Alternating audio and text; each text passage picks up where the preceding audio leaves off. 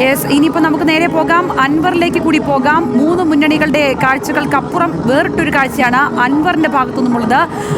അതിനൊപ്പം അജിത്തുണ്ട്.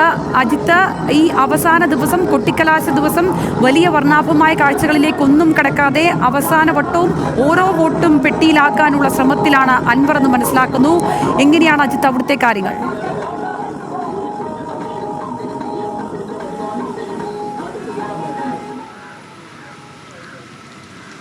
അല്പസമയത്തിന് മുമ്പാണ് അദ്ദേഹത്തിൻ്റെ പത്രസമ്മേളനം അവസാനിച്ചത്.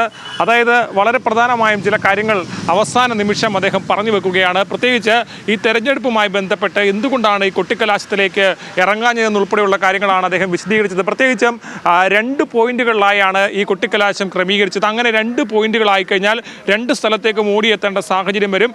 അത് അവിടെ പോകുമ്പോൾ ഇവിടെ വരാൻ കഴിയാത്ത സാഹചര്യം ഉണ്ടാകും. ഒരു സ്ഥലത്തായിരുന്നുവെങ്കിൽ ഇത്തരത്തിൽ കൊട്ടിക്കലാശം നടത്തുകയും നിലമ്പൂർ ഇന്നേ വരെ, അല്ലെങ്കിൽ കേരള ചരിത്രത്തിൽ ഇന്നേ വരെ കണ്ടിട്ടില്ലാത്ത സ്ത്രീ പങ്കാളിത്തത്തോടു കൂടി അത് നടത്തിയേനെ. പിന്നീട് മാത്രമല്ല, തൻ്റെ പ്രവർത്തകർ, വളരെ കുറച്ച് പ്രവർത്തകരാണുള്ളത്, അവർ രാപകൽ പണിയെടുത്തുകൊണ്ടിരിക്കുകയാണ്, വീടുകൾ കയറിക്കൊണ്ടിരിക്കുകയാണ്. ആ ഘട്ടത്തിൽ അത്തരത്തിലൊരു സാഹചര്യത്തിലേക്ക് കൂടി അവരെ കൊണ്ടുപോകേണ്ട എന്നുള്ളത് കൊണ്ടാണ് ഈ തീരുമാനമെടുത്തതെന്നുൾപ്പെടെയുള്ള കാര്യങ്ങൾ പറയുന്നു. തൻ്റെ പ്രവർത്തകരൊക്കെ വീടുകളിലാണ്, ആളുകളോട് നേരിട്ട് സംസാരിക്കുകയാണ്.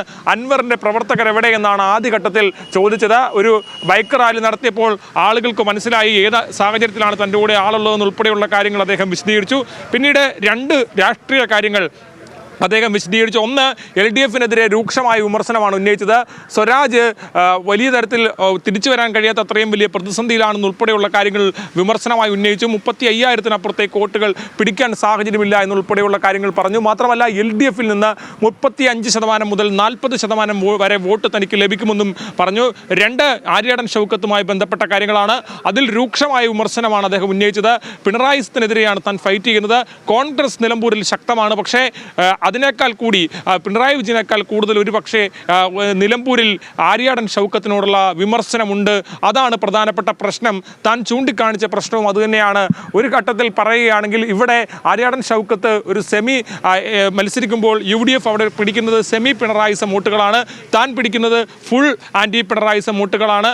ആ വോട്ടുകൾ കൂടിച്ചേരുന്നതാണ് ആകെയുള്ള വോട്ടായി കണക്കാക്കേണ്ടതെന്നുൾപ്പെടെയുള്ള കാര്യങ്ങൾ കൂടി അദ്ദേഹം പറഞ്ഞു വെക്കുന്നു. ഏതാണെങ്കിലും രൂക്ഷമായ വിമർശനമാണ് ഇരു മുന്നണികൾക്കുമെതിരെ ഉന്നയിച്ചത്. 75,000 വോട്ടുകൾ മിനിമം തനിക്ക് ലഭിക്കുമെന്നും ഇവിടെ വിജയം നേടുമെന്നും ഉൾപ്പെടെയുള്ള കാര്യങ്ങൾ പറഞ്ഞു. മാത്രമല്ല, ഈ വന്യജീവി പ്രശ്നം ഉൾപ്പെടെ ഉന്നയിച്ചുകൊണ്ട് ഈ തെരഞ്ഞെടുപ്പിന് ശേഷവും ശക്തമായ പോരാട്ടം സംഘടിപ്പിക്കാനാണ് തീരുമാനിച്ചിരിക്കുന്നതെന്ന് പറഞ്ഞു.